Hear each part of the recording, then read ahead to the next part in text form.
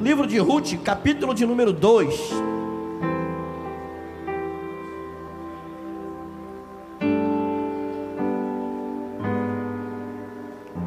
Quem achou diz amém? Diz assim, ó: tinha Noemi um parente do seu marido, homem valente e poderoso. Repita comigo: valente e poderoso, da geração de Elimeleque, e era o seu nome Boaz. E Ruth, a moabita, disse a Noemi: deixa-me ir ao campo e apanharei espigas atrás daquele em cujos olhos eu achar graça. E ela lhe disse: vai, minha filha. Foi, pois, e chegou e apanhava espigas no campo após os segadores, e caiu-lhe em sorte uma parte do campo de Boaz, que era da geração de Elimeleque. E eis que Boaz veio de Belém e disse aos segadores: o Senhor seja convosco. E disseram eles: o Senhor te abençoe. Amém. Graças a Deus. Eu fui incumbido de trazer uma palavra hoje, e Deus tem falado comigo no meu coração. Achei muito interessante a palavra do pastor Leonardo, porque ele citou algumas coisas daquilo que eu vou ministrar, do que realmente nós temos passado, as pessoas têm vivido, a igreja do Senhor tem vivido. E durante muitos anos, eu sou crente já há 29 anos, eu tenho visto a igreja sofrer com escassez, sofrer com questões financeiras, sofrer muitas privações, passar por muitas provas financeiras, muitos irmãos passando necessidade. E durante essa pandemia nós temos percebido que isso agravou muito, para a maioria da igreja isso agravou, e isso tornou-se um peso para muitas pessoas. Quando eu fui incumbido de trazer essa palavra hoje, eu falei com os pastores da AMA o seguinte, que eu traria a palavra sobre vida financeira, desde que eu trouxesse algum ensinamento, para que os irmãos em Cristo pudessem ter uma mudança de vida, pudessem receber algo que fosse significativo para as suas vidas. Por isso, você que hoje está aqui, eu queria que você olhasse para a pessoa que está do seu lado e dissesse para ela assim: você, meu irmão, se pôr em prática todos os milagres que a palavra de Deus promete, acontecerão sobre a sua vida. Você pode dar uma glória a Deus para Jesus? Deus trouxe ao meu coração, quando eu estava orando, Deus trouxe ao meu coração Boaz e Noemi, que é uma história muito interessante, que a Bíblia relata, de um casal que se conhece com uma circunstância muito interessante. Quando eu olho para Noemi, eu vejo Noemi, eu falei Ruth, Noemi, né? Ruth, citei duas vezes, né? Ruth e Boaz se conhecem com uma circunstância muito interessante. Noemi, a sogra, e Ruth,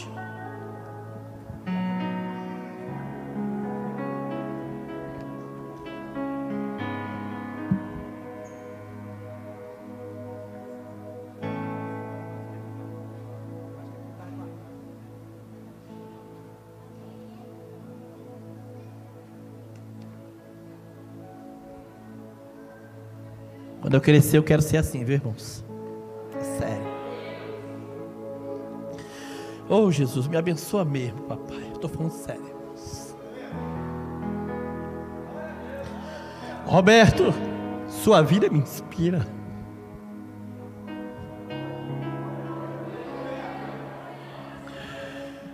Eu ouço muito irmãos falar de que querem servir a Jesus, que querem ser usados por Deus, mas as oportunidades surgem na igreja, mas não querem fazer. Eles querem estar aqui, ó. Querem estar aqui, ó, à frente, com o microfone na mão, querem aparecer. Pastor, me dá oportunidade para orar aí, pastor. Querem aparecer. Aprenda com o irmão Roberto, meu irmão. Aprenda a servir a Jesus. Você não precisa aparecer aqui na frente. O que você precisa é amar o reino de Deus e se dedicar com todo o seu coração a Ele. É isso que você precisa. Amém?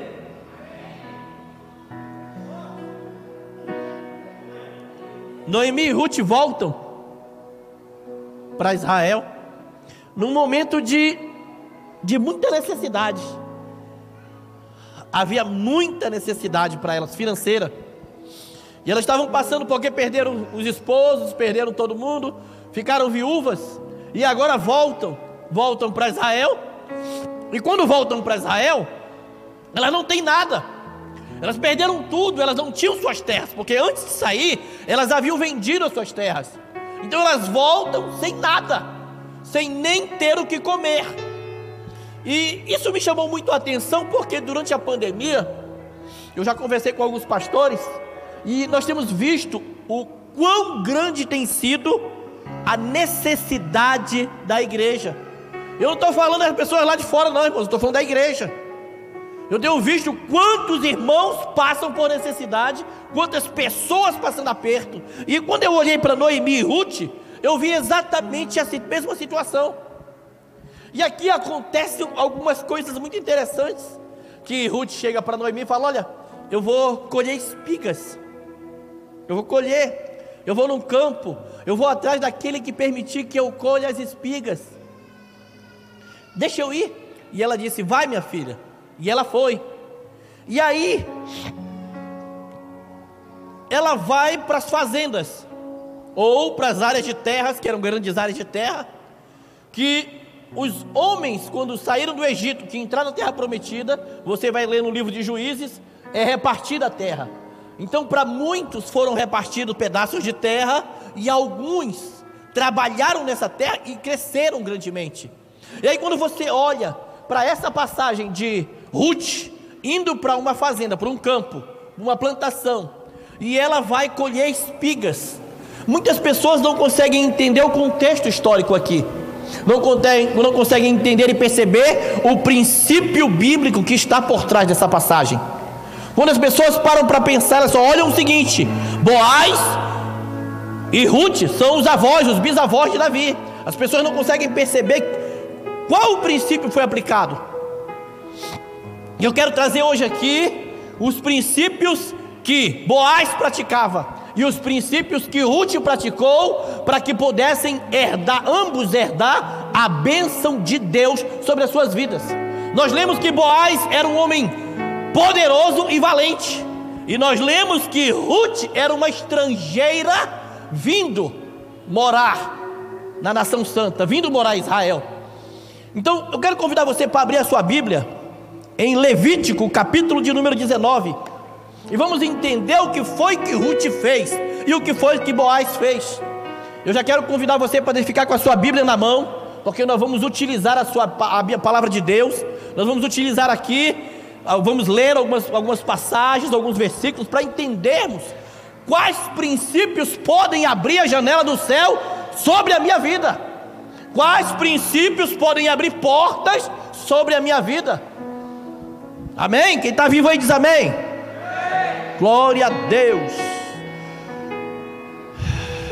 Vamos ler de Levítico, capítulo de número 19, a partir do versículo 9 e o versículo 10, que diz assim: quando também cegardes a cega da vossa terra, o canto do teu campo não cegarás totalmente, nem as espigas caídas colherás da tua cega. Semelhantemente, não rabiscarás a tua vinha, nem colherás os bagos caídos da tua vinha. Deixá-lo-ás ao pobre e ao estrangeiro. Eu sou o Senhor vosso Deus.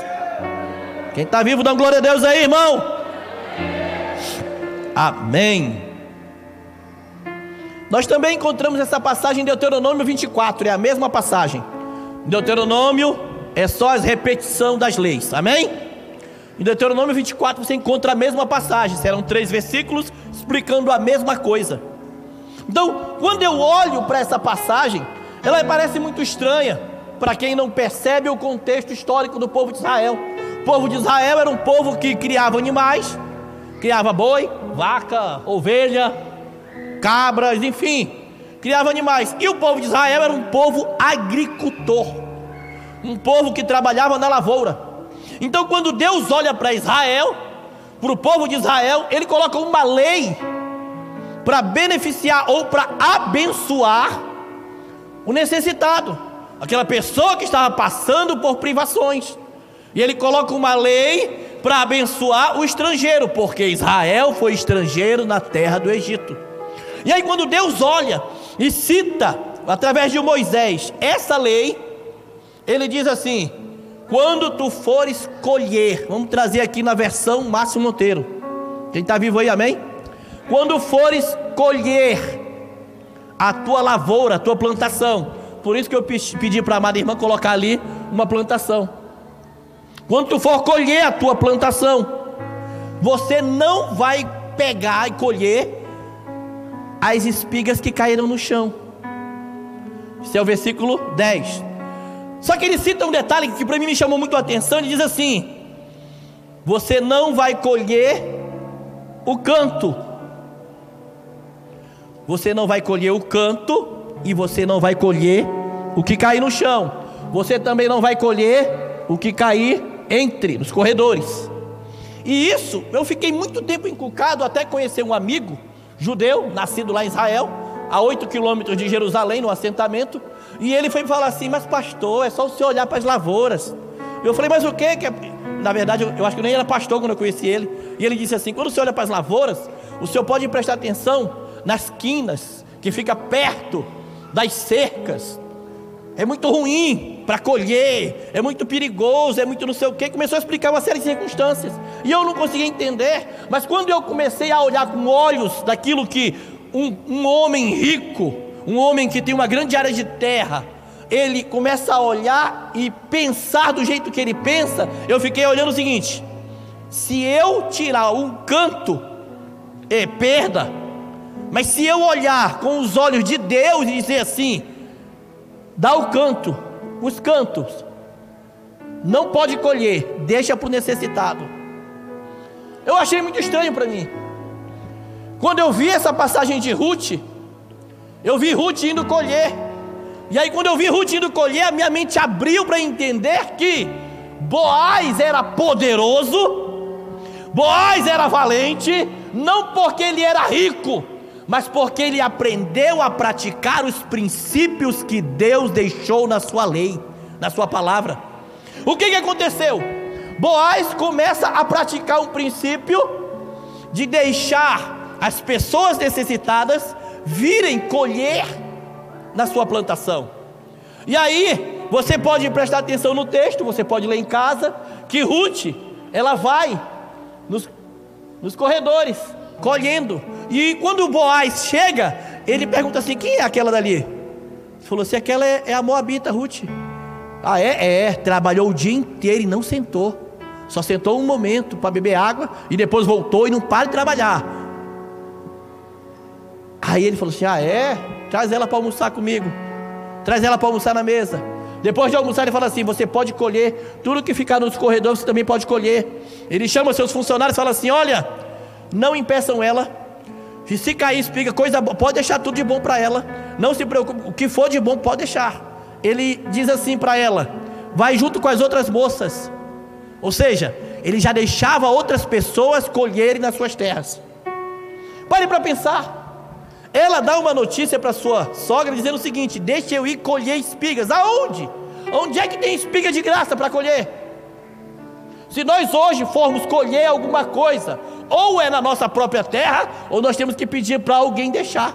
Eu era menino sem vergonha, e a gente ia roubar manga. Quantas vezes a gente fez isso? Saía nos bairros onde tinha um pé de manga carregado, a gente subia, enchia o saco, depois saía correndo porque o dono aparecia. Mas aqui não. Ela vai porque tinha uma lei que era praticada, e a igreja ainda não percebeu, não descobriu que existem princípios para que os céus se abram financeiramente sobre a nossa vida. Pastor, o senhor está querendo dizer o quê? Estou querendo dizer o seguinte, vou até abrir aqui que eu anotei. Não estou acostumado a anotar, irmãos, eu fico perdido, acho estranho, mas eu anotei porque era muito importante para mim e para você. Alguns princípios me chamaram muita atenção. Primeiro, quais os princípios de Boaz? Primeiro, trabalho duro. Diga para o irmão que está do seu lado: trabalho duro. Boaz trabalhou para ter a terra que ele tinha. Tem irmão que acha que porque vai ofertar, dar uma oferta, então ele não precisa mais trabalhar. Agora Deus vai me abençoar. Pastor Edgar, eu já dei a oferta, agora Deus vai me abençoar, pastor Edgar. Deus vai multiplicar, Deus vai me abençoar, vai abrir o céu. Pastor Leonardo, Deus vai abrir o céu e vai me abençoar, porque eu já dei a oferta e Deus vai me abençoar. Boaz trabalhava, para ele ter aquela plantação ele trabalhou. Tem alguém vivo aí? Diz amém. Diz para o irmão do teu lado aí: tem que trabalhar, meu filho. Segunda coisa que me chamou muita atenção é que, trabalhando duro, na hora de colher do seu trabalho, Boaz separou os cantos. Agora eu vou explicar o que é o canto, como que funciona o canto. Boaz foi receber o salário dele, Boaz foi colher a sua plantação. Quando Boaz foi colher a sua plantação, primeiro ele separa aquilo que vai ser doado, vai ser ofertado. Depois é que ele vai ver o montante que ficou para ele. Não entendi, pastor. Quando Deus estabelece a lei, ele diz assim, ó: quando fores colher a tua cega, separa os cantos. E o interessante é que ele não está perguntando quanto tu vai colher. Ele já diz logo para tu separar os cantos e deixar para o estrangeiro e para o pobre. Primeiro separa o canto, depois tu vai colher a tua parte. O que a igreja não tem feito? A igreja recebe, a igreja conquista, a igreja ganha, e a maioria da igreja, não é toda a igreja, mas é a maioria da igreja, faz o quê? O que sobrar, eu vou separar uma oferta. O princípio está errado, irmãos. A oferta continua sendo bênção, mas o princípio está errado. Diga para o irmão do seu lado aí: primeiro eu estabeleço os princípios, depois a colheita vai vir. Tem alguém vivo para dar glória a Deus aí? Eu acho que ninguém entendeu. Quanto maior o teu canto, maior a tua colheita. Eu ainda acho que está fraco. Quanto mais você separar o teu canto, maior vai ser a tua colheita. Pastor, explica de novo o canto que eu não entendi. Eu estou achando que você não entendeu. Todas as vezes que eu tenho uma colheita, eu já estabeleço o quanto é o tamanho do meu canto. O canto aqui é esse princípio que eu estou explicando aqui. Se eu tenho uma colheita, quanto é que eu vou separar para eu doar, ofertar, abençoar na vida de alguém, na vida da igreja, na vida de seja lá quem for? Quanto? Como é que eu estou estabelecendo os princípios de ofertar no reino de Deus? Porque a maioria da igreja está ofertando o que sobra. Não é o que sobra, porque aí não é propósito, aí é sobra.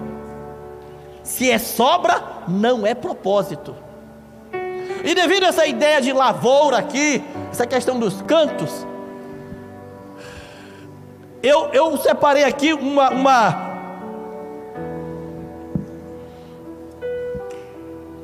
um princípio de como eu posso separar aquilo que eu estou ganhando. Eu quero separar uma parte para ofertar, e eu queria deixar aqui 7 solos férteis que a Bíblia registra para você. Tem mais, pode ser 10, pode ser 15, pode ter 20 solos, terreno fértil para você plantar, mas eu separei 7 solos férteis.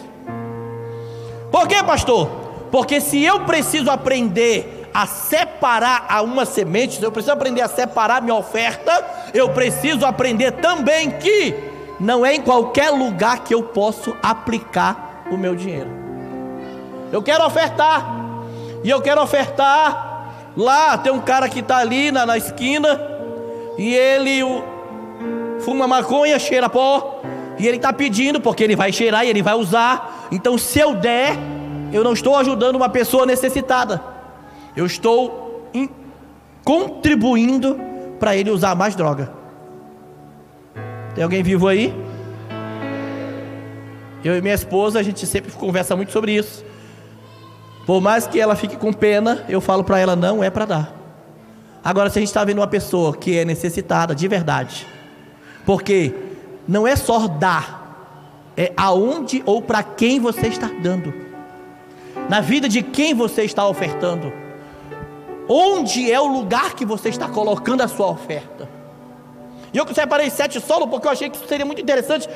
Eu sonhei com isso, para vocês terem uma ideia. Eu estava tão preocupado em trazer alguma coisa significativa para você aprender, que essa madrugada eu sonhei, eu acordei, eu falei para minha esposa, minha filha, eu preguei a madrugada inteira, e eu só me via dizendo assim, primeiro solo, segundo solo, e eu acordei 7º solo. Falei, Jesus, é isso mesmo. Quem está vivo diz amém. Primeiro solo fértil. Pastor, se eu tirar essa ideia da onde? Primeiro, que eu sonhei. Segundo, Mateus capítulo 13, versículo 18,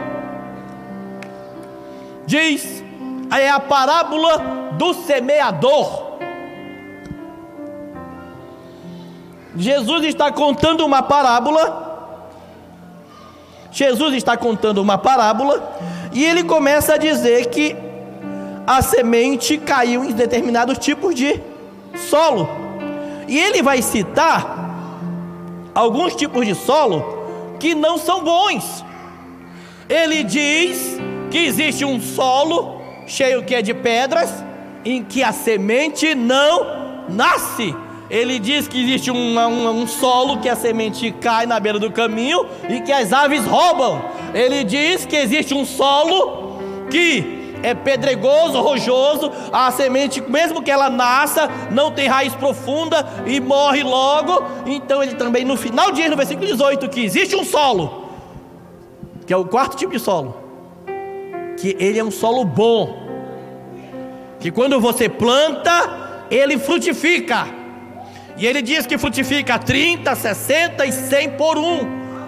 Então não basta eu plantar, não basta eu semear, não basta eu ofertar, não basta eu separar. Vou repetir, separar especificamente o que eu vou ofertar da minha vida. Eu preciso saber onde eu vou ofertar. Quem está vivo diz amém? O versículo 18. Cadê? Perdi o versículo.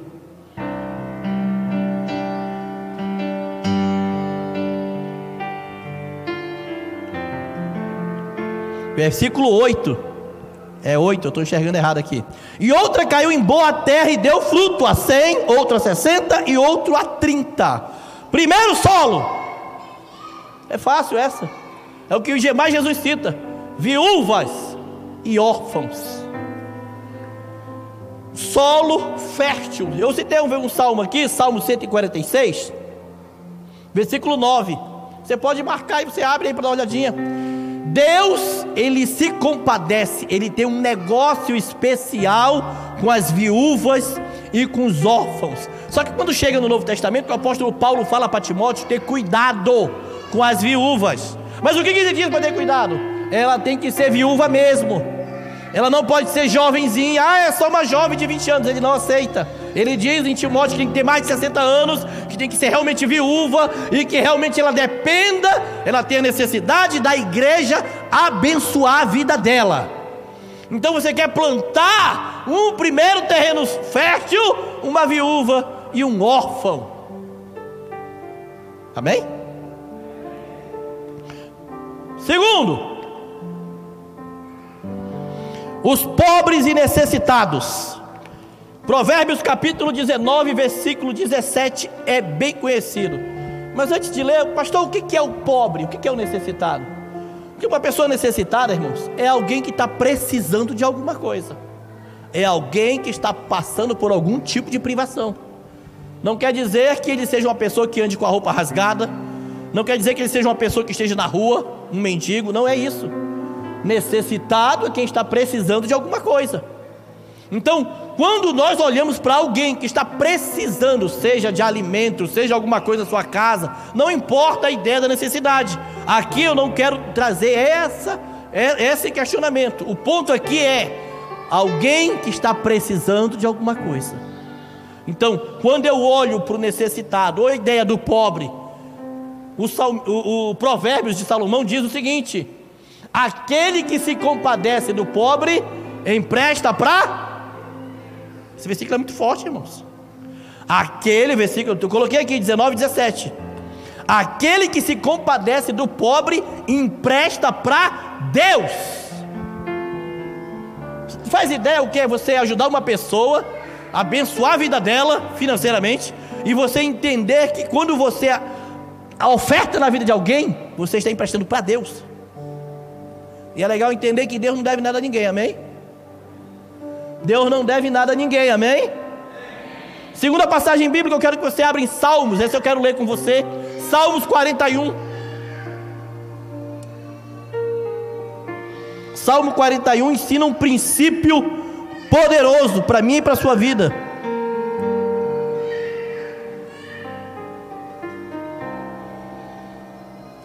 Quem achou diz amém. Bem-aventurado é aquele que atende ao pobre, o Senhor o livrará do dia mau, o Senhor o livrará e o conservará em vida, será abençoado na terra, e tu não entregarás à vontade dos seus inimigos. O Senhor o sustentará no leito de enfermidade, tu renovas a sua força na doença. E aqui eu quero contar um testemunho. Um dia nós encontramos uma irmã, ela tinha tido nenê, nós sabíamos que ela não tinha condições financeiras, ela era uma ovelha da nossa igreja, e ela tinha acabado de ter nenê, e estava lá no centro. O nenenzinho tinha seus 25 dias aproximadamente, 30 dias, ela está com ele no colo, lá no centro, lá na 7 de setembro, e eu vinha passando e fiz a volta, e voltei lá. Eu falei: ô minha irmã, paz do Senhor, paz do Senhor. Ela com o nenenzinho novinho no colo, ela estava na parada de ônibus, e estava chovendo. Eu falei: tá tudo bem? Ela: tudo, eu estou indo lá estou indo no médico, porque o nenenzinho não está bem, não sei o quê. Eu falei: ah é? E você veio como? Eu vim de ônibus. E vai como? Eu vou de ônibus. E aí, eu não sei, pastor, eu estou indo lá para o Cosme Damião, e como é que você vai voltar? Como é que vai ser? Ela falou: eu não sei. Eu falei: você acha que é rápido, que é demorado? Eu não sei. Eu peguei o único dinheirinho que eu tinha no bolso, veio no meu coração isso na hora. Eu falei: meu Deus, eu já conhecia ela, nós conhecemos ela, eu já sabia que ela não tinha para voltar, provavelmente ela não tinha dinheiro para voltar, e eu sei que provavelmente ela não tinha o que comer quando estivesse lá com o seu neném. E aí eu peguei um valor no bolso, era tudo que eu tinha, e eu falei: minha irmã, pegue aqui. Ela falou: meu Deus, pastor. Ela começou a chorar. Não, pastor, não, porque ela viu que era tudo que eu tinha. Quando eu abri a carteira era só o que tinha. Aí eu dei para ela, não, a lágrima desceu no rosto dela. Eu falei: não, minha irmã, pegue. Aí ela falou: não, pastor, não precisa não. Eu falei: você tem que almoçar. Isso era mais ou menos 10h30 para 11 horas. E ela disse: não, eu também não tenho hora para voltar. Eu falei: então pegue. Eu estou indo para casa, em casa eu tenho o que comer. Fui embora. E ela foi embora. Depois ela foi para a igreja, testemunhou que foi uma benção e tal. Domingo, isso foi um dia no meio de semana. Quando foi no domingo era dia das mães. Nós tivemos um café da manhã. Você lembra esse dia, Gatinha? Não? E eu tinha gastrite, aquela queimação, aquela coisa horrível. E lá no dia das mães, nesse café da manhã, isso foi logo no domingo, ministramos a palavra, teve aquele café da manhã para todo mundo, e sobrou um refrigerante lá na mesa, um refrigerante fechado. Não, desculpe, quando eu estou lá orando pelas mães, estou lá ministrando louvor, alguém está, enfim, eu senti. Eu lembrei agora do pastor Léo falando que o pastor sentiu algo saindo, né? Pois é, foi a mesma ideia. Eu senti algo, não saindo, mas assim, a ideia do arrepio, não tem a ideia do arrepio dos pés da cabeça? Só que não estava unção fumegando na igreja, nada disso. Eu estava fazendo uma oração. E de repente eu senti dos pés da cabeça. Eu parei, terminei a oração, virei para minha esposa e disse assim: alguma coisa o Espírito Santo tocou em mim agora aqui. Eu acho que ele me curou. Eu falei para ela: eu acho que ele me curou. Ela: de quê? Eu falei assim: eu acho que ele me curou na hora veio isso na minha mente. Eu acho que Deus me curou da gastrite. Aí ela falou assim: será? Eu falei assim: eu acho que eu fui curado. Vou fazer o teste. Peguei o refrigerante que tinha sobrado e levei para casa. Eu sempre fui tomar muito refrigerante. mas tinha um refrigerante que eu não podia tomar. Chama-se Tuxaua. O Tuxaua Guaraná. Eu não podia tomar esse refrigerante. Se eu tomasse um copinho desse, descartável, não tem? Meu estômago inchava. Aquela queima, assim, aquela coisa voltando, horrível, voltando o dia inteiro. Muito ruim. Qualquer um que eu tomasse dava queimação, mas esse queimava o meu estômago, inchava, eu ficava mal o dia inteiro. E foi exatamente o que sobrou. E aí eu peguei e falei, vou levar para casa. Vamos almoçar. Coloquei um copão bem grandão. Falei, quer saber? Tomei e fiquei esperando. Eu olhava assim, né? Eu olhei para ela e disse assim: verdadeiramente, o Senhor me curou. Na época, nesse momento eu não tinha aprendido esse princípio. Eu não sabia disso. As ofertas, elas eram involuntárias em questão de ajudar o necessitado, o pobre. Só que depois que eu aprendi esse princípio aqui, de semear, de ajudar, de ofertar na vida do necessitado, os milagres começaram a acontecer na minha vida.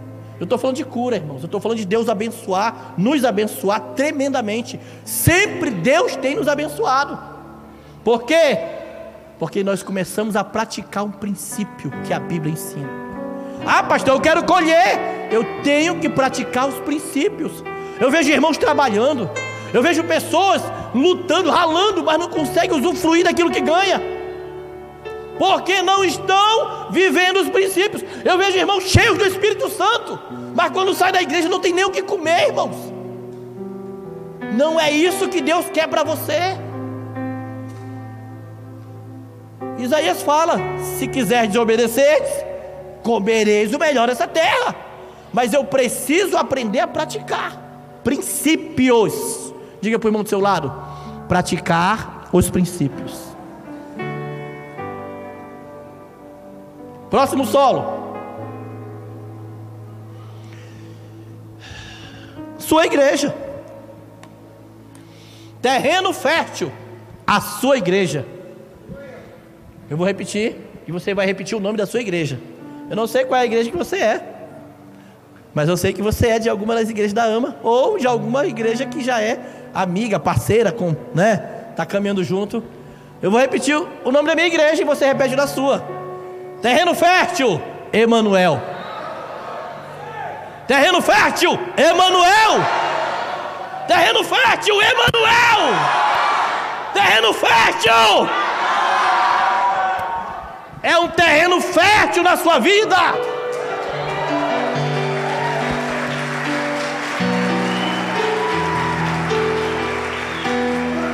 Em Atos 4:34 diz que eles levavam tudo, vendiam e levavam e colocavam aos pés dos apóstolos. Quando você vai ler a Bíblia, você vai encontrar um monte de lugar que você tem que ofertar na sua igreja. E aqui eu não estou falando de dízimo não, irmãos. Dízimo é uma fidelidade nossa, é uma obrigação de cada um de nós. Isso é uma fidelidade minha, o dízimo. É minha fidelidade. Eu quero que Deus abra as janelas do céu. Dá teu dízimo, meu filho. Está na Bíblia. Janelas, eu expliquei em alguns lugares, eu vou repetir. Janela é aquilo que eu abro na minha casa e eu tenho uma visão de lá de fora. Então quando você dá o seu dízimo, Deus abre uma janela para tu ter visão lá de fora do que as pessoas não estão vendo. Tem alguém vivo aí? Diz amém. Quando você abre a janela, você sente o ventinho entrando. Tem o Espírito Santo aí? Tem? Quando você abre a janela, você vê a luz entrando. Quando abre a janela, você começa a enxergar, porque fica mais iluminado, você percebe o que não estava percebendo. Amém? É só dar o dízimo, que Deus abre a janela do céu. E Ele ainda diz que não vai suprir tua necessidade também. Glória a Deus. Número 4, uma obra missionária. Pastor Márcio, o que é uma obra missionária? Nós vamos abrir um novo projeto de trabalho de evangelização. Não interessa onde é. Pastor, mas é aqui na cidade mesmo, não tem problema. Tem cidade, tem obra missionária urbana e tem obra missionária estrangeira ou para fora da cidade. Mas o importante é que é uma obra missionária, é um trabalho de evangelização. Se você plantar, vai colher. Nós vamos abrir, pastor. Nós estamos com um ponto de culto. Onde é lá o local lá, Léo, que falou? Depois do Ulisses. Ah, pastor, nós estamos com um projeto lá no Canaã. de evangelização daquele bairro novo que nasceu ali, que na verdade tem algum tempo, né? Investe que você vai colher.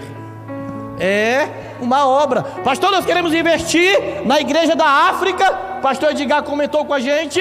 Nós queremos ofertar naquela obra missionária. Vai colher. Quinto, esse eu gostei. Um homem de Deus. Pastor, o que quer dizer com esse negócio de um homem de Deus? Porque aqui só tem crente aqui, servo de Deus aqui, sim. Mas sabe aquela ideia que você olha para alguém e você fala assim: esse é de Deus. Percebe que nós temos isso? Nossa, eu e a pastora já que temos isso com o Léo. A gente tem muito isso, né? Nossa, ele é uma bênção. E aí tal, e não sei o quê. Então, quando nós olhamos para alguém e vemos que essa pessoa é uma referência, como homem de Deus, planta que você vai. Abra sua Bíblia em Filipenses 4:18. Filipenses 4:18.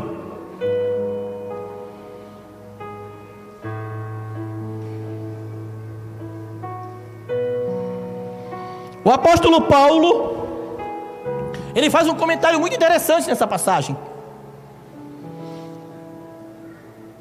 a respeito de uma oferta que ele recebeu.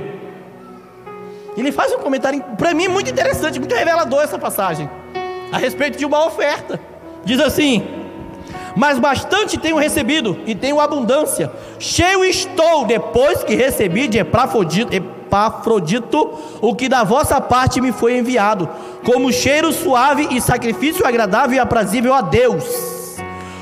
Epafrodito levou uma oferta dos irmãos para Paulo, e Paulo diz que está feliz, abastecido, suprido, abundância, porque os irmãos ofertaram na vida dele. E aí quando ele está dizendo que ele está feliz porque os irmãos ofertaram, sabe qual é o termo que ele usa? Porque os irmãos sacrificaram diante de Deus como cheiro suave. Tem pessoas que acham que sacrifício é só jejum. Sacrifício não é só jejum, não. Tem oferta que também é sacrifício, irmãos. Eu e a pastora já fizemos empréstimo em banco. Passamos 24 meses pagando o empréstimo que nós... Lembra, pastora? Que nós fizemos para semear no ministério de fora, que foi muita bênção na nossa vida, no ministério do pastor Silas Malafaia. Nós pegamos um empréstimo no banco e semeamos. Um ano depois, nós fomos escolhidos para ir para o congresso, com tudo pago, lá em Águas de Lindóia, São Paulo. Deus nos honrou. No outro, passou 3 anos, nós fomos escolhidos novamente para ir para Fortaleza, hotel top das galáxias, beira-mar, lá perto da praia, daqui na rua, lá de distância da praia, pastor. Fomos lá participar dos congressos. Vi lá o Miles Mouro ministrando. Meu Deus do céu, quando eu penso em conhecer de Bíblia, eu descubro que eu não sei nada. Quando eu vi aquele homem ministrando, eu falei: meu Deus, de onde é que ele tirou isso? E eu vou olhar e está lá. Eu falo: Jesus, gente, Deus nos deu a graça de ver o Mike Murdock ministrando. Eu falei: meu Deus do céu.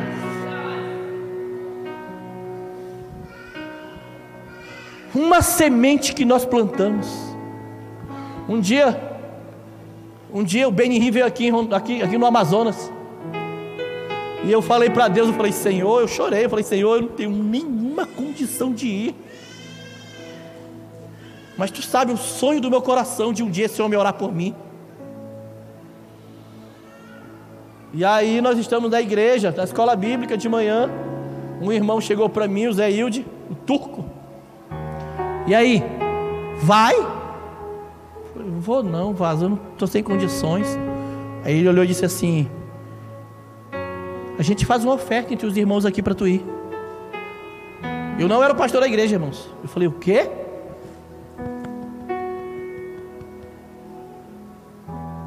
A pastora está dizendo: eu era só um irmão.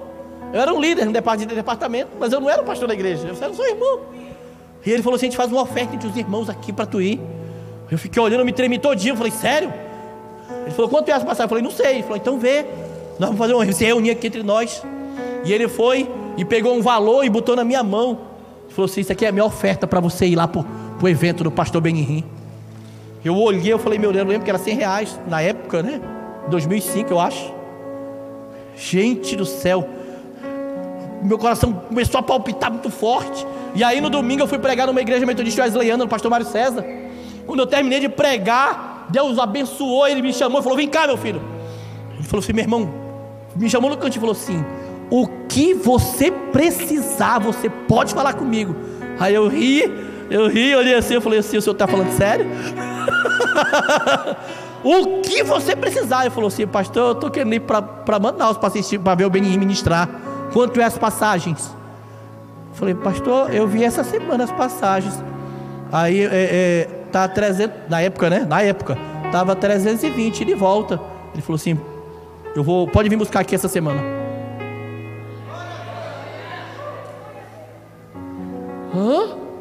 A lágrima já desceu.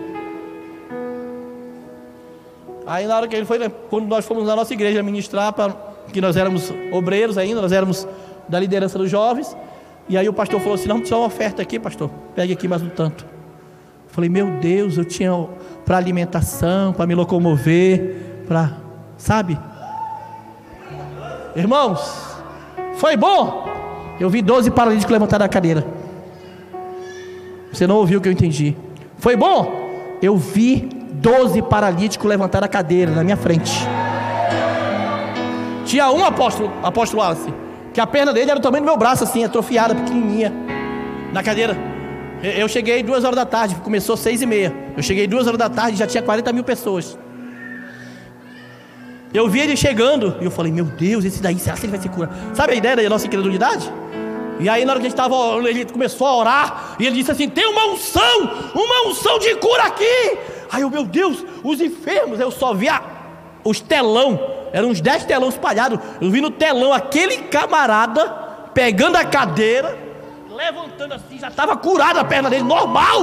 E eu olhei, eu me sentei, eu falei, meu Deus, meu Deus, meu Deus. Meu irmão, Deus quer muito mais para a tua vida. Hoje eu olho o que Deus tem feito na nossa vida. Eu posto para os irmãos ver, mas não é mais para se gabar não, irmão, para se achar não. Eu gosto de falar para os irmãos o seguinte, que eu tenho 2 coisas que eu prezo muito, que é morar muito bem e comer muito bem. Eu falo para ela, a gente vai em média de 6 vezes para São Paulo por ano, 6, 7 vezes. Eu falo para ela, eu não gosto de São Paulo. Eu não vou feliz, porque eu gosto de ir para passear, né? Não para trabalhar. Mas morar bem e comer bem, para mim, isso é uma das coisas que eu olho e penso assim, poxa, vamos comer o quê? Eu falo para ela, você quer comer o quê? Aí ela fala, ai meu filho, eu queria comer aquele pirarucu lá, não sei o que. Beleza, eu vou lá comprar. Eu falo para ela, eu gosto de comer o contra filé. Eu falo para ela, aquela carnezinha com a gordurinha do lado. Aí ela fica rindo. Irmão, eu estou falando isso aqui porque Deus começou a mudar a nossa sorte. Um dia, nós queríamos dar uma oferta de R$1.000 e não podíamos, tivemos que fazer um empréstimo, porque para nós era muito, muito, muito dinheiro. Mas hoje, Deus tem abençoado a nossa vida. E você acha que eu parei de semear? Não. Deus nos deu uma loja de confecção feminina, uma bênção na nossa vida. E de vez em quando, de tempos em tempos, a gente combinou. Nós separamos um valor, isso que eu falei no canto. Nós separamos um valor para abençoar a vida das pastoras que nós conhecemos. De vez em quando a gente fala, pastora, vai lá na loja. Nós abençoamos. Por quê? Porque nós sabemos que enquanto estivermos plantando em terreno fértil, pastoras, enquanto nós, eu falo para os irmãos se tocar aí, enquanto nós estivermos semeando na vida das pastoras, olha a dica, olha a dica, olha a dica, Deus vai continuar multiplicando a tua vida, meu irmão. Vamos pular aqui, né? Eu falei um homem de Deus, amém? O próximo é o seu pastor e a sua pastora. Quem tem um pastor aí diz glória a Deus. Quem tem uma pastora aí diz glória a Deus. Seu pastor e sua pastora são solo fértil, meu filho. Pastor, eu sei, sabe mesmo? Sabe mesmo? Você sabe o número da roupa do seu pastor? Qual o número da calça dele? Você sabe o número do sapato do seu pastor? Eu fui pregar numa igreja lá na Zona Leste. Eu não posso falar o nome, mas o pastor Josué e a pastora Mislane estavam nesse dia que eu fui pregar. E algo me chamou a atenção, porque o pastor, ele estava com o sapato abrindo aqui a lateralzinha. Mas pastor, isso acontece, é verdade. É verdade que acontece. Mas eu não podia deixar passar a oportunidade. Mas ninguém abençoou ele, irmãos. Ninguém deu um sapato novo para ele. Por que me chamou a atenção?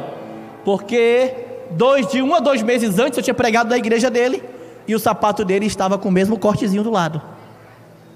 Agora, em torno de 2 meses depois eu fui pregar e ele estava com o mesmo sapato. Por isso que chamou minha atenção.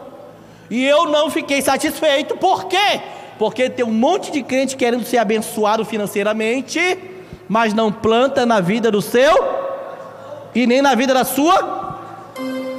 Diga para o irmão do seu lado: irmão, seu pastor é terreno fértil. Eu vou melhorar, é terra preta, adubada.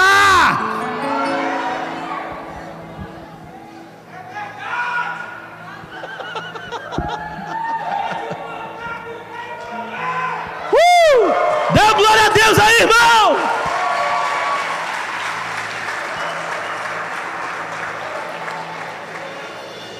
E o sétimo, eu coloquei o sétimo solo fértil. Sétimo solo fértil eu coloquei a ama. Ninguém entendeu? Sétimo solo fértil, a ama. Pastor, a ama? Mas onde é que está isso na Bíblia? Salmos de número 133. Abra sua Bíblia. Eu poderia citar, mas eu quero que os irmãos vejam na Bíblia.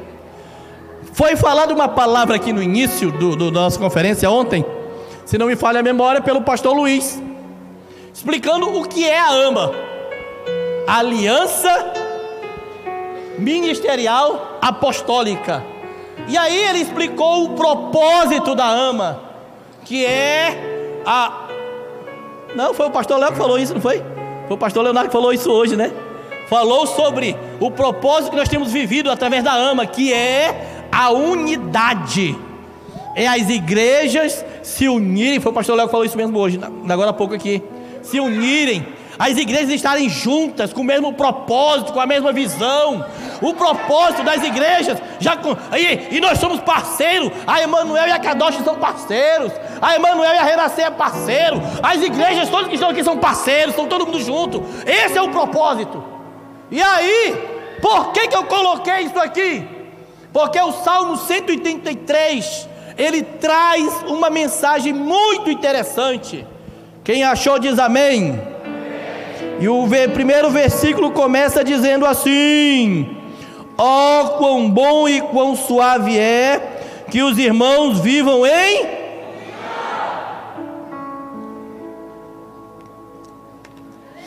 Presta atenção numa coisa. Quando nós estamos unidos, e a ama é a união das igrejas, amém? Quando nós estamos unidos como um só corpo, quem pode dizer aí, um só corpo, uma só família, uma só igreja. Hoje aqui todo mundo é ama. Quem é da ama aí diz glória a Deus. Nós estamos unidos. Eu vou confessar para vocês, eu estava ansioso para ver o Léo pregar. É sério, eu estava ansioso. Eu falei assim: Deus, me arrebenta, Deus, fala comigo. E Deus falou mesmo. Ontem eu falei para a pastora, eu falei: meu Deus, que mensagem tremendo, pastor. Deus falou comigo: carrega essa lenha, meu filho. É unidade. Mas não sabe o que me chama a atenção no Salmo 136 e 33? É que ele começa a fazer uma comparação. Nós queremos ser abençoados, amém?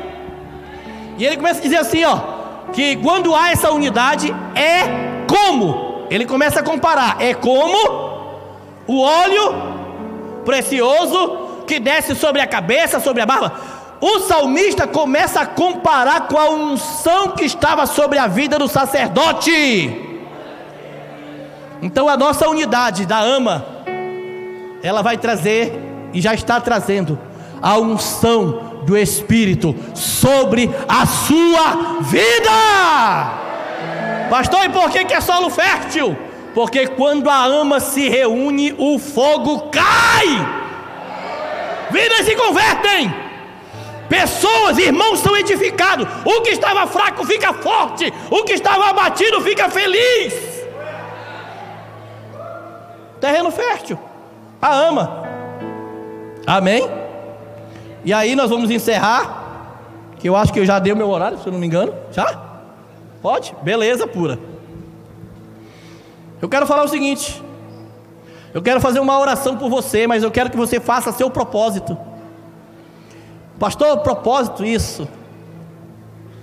Quando a gente fala de semeadura e de vida financeira, não tem como mudar a palavra.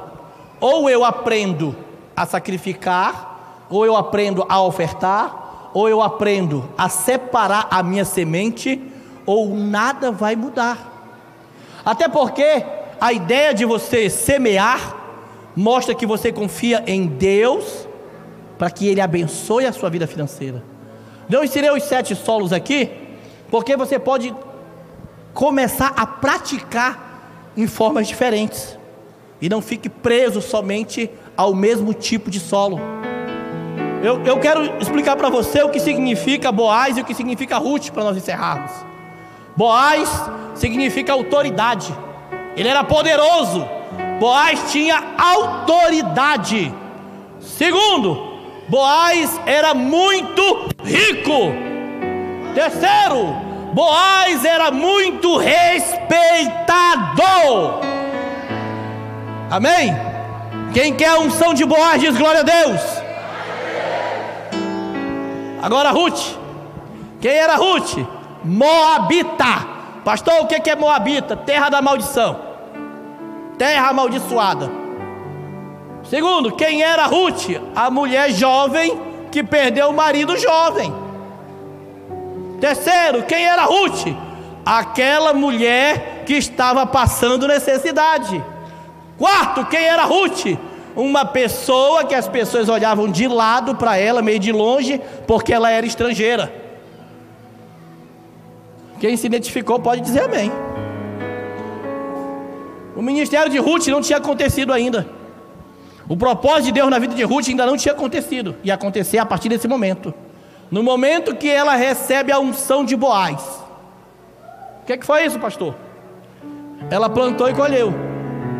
Quem está vivo diz amém. Sim ou não? Ela respeitou a unção que havia sobre a vida de Boaz. E ela recebeu uma palavra e ela obedeceu. Boaz praticou o princípio dos cantos e Deus mandou a bênção. Ruth. Entendeu não? Entendeu não? Para Boaz, Ruth era a bênção de Boaz. Por quê, pastor? Porque dela nasceu Obed, e de Obed nasceu Jessé, e de Jessé nasceu Davi. Aí eu fico pensando, até porque esses homens viveram na casa dos 100 anos.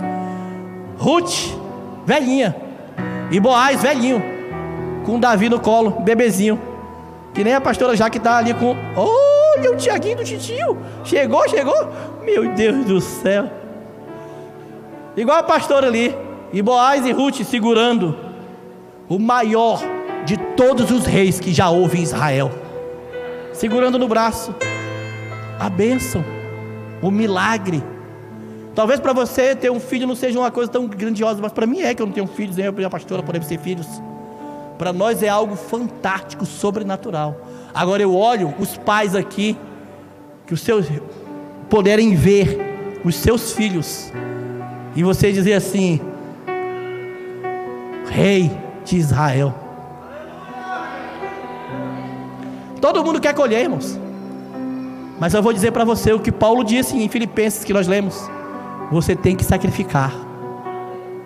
Eu quero fazer uma oração hoje especial por você.